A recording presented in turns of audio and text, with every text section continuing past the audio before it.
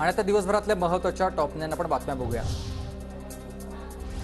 पालघरमधील वसई विरार नालासोपाऱ्यात इंधनाचा तुटवडा, पेट्रोल डिझेलचे टँकरच न आल्यानं पेट्रोलसाठी नागरिकांची तारांबळ। वसईचा माणिकपूर पेट्रोल पंप बंद। सोलापूर कृषी उत्पन्न बाजार समितीतील कांद्याचे लिलाव आज बंद राहणार। वाहन चालक कांदा वाहतूक करण्यास तयार नसल्यानं लिलाव बंद ठेवण्याचा कांदा व्यापाऱ्यांचा निर्णय। देशभरातील स्वस्त राशन दुकानदार बेमुदत संपावर 14 सूत्र कार्यक्रम मंजूर करावा, कमिशन वाढवावं, धान्यातील तूट भरून देण्यात यावी अशा विविध मागण्यांसाठी संप। अंगणवाडी सेविकांच्या मोर्चाचा आज उद्धव ठाकरे भेट घेणार। कर्मचारी संघटनेच्या प्रतिनिधींनी मातोश्रीवर जाऊन उद्धव ठाकरेंची घेतली होती भेट। मानधनात वाढ करण्यासह पेन्शन योजना लागू करण्याची मागणी। बुलढाण्यात स्वाभिमानी शेतकरी संघटनेची आजपासून आत्मक्लेश परिवर्तन यात्रा। शेतकऱ्यांच्या प्रश्नासाठी स्वाभिमानीकडून आत्मक्लेश परिवर्तन यात्रेचं आयोजन।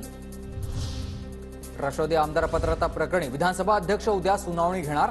31 जानेवारीपर्यंत सुनावणी पूर्ण करण्याचं आव्हान। शिवसेना आमदार पात्रता निकालाआधीच राष्ट्रवादीची सुनावणी। इंडिया आघाडीची आज महत्त्वपूर्ण बैठक, ऑनलाईन बैठक होण्याची शक्यता। बैठकीमध्ये नितीश कुमार यांच्या संयोजक पदावर शिक्कामोर्तब होण्याची चर्चा। अदानी हिडेनबर्ग प्रकरणावर आज सुप्रीम कोर्टाचा निकाल। अदानी समूहानं आपल्या शेअर्सची किंमत फुगवून सांगितल्याचा आरोप। हिडेनबर्ग रिसर्चनं तयार केलेल्या अहवालातून माहिती आली होती समोर। आयसिस मॉडेल प्रकरणातील आरोपी ईमेलद्वारे हस्तकांच्या संपर्कात। सायबर न्यायवैद्यक अहवालातून माहिती उघड।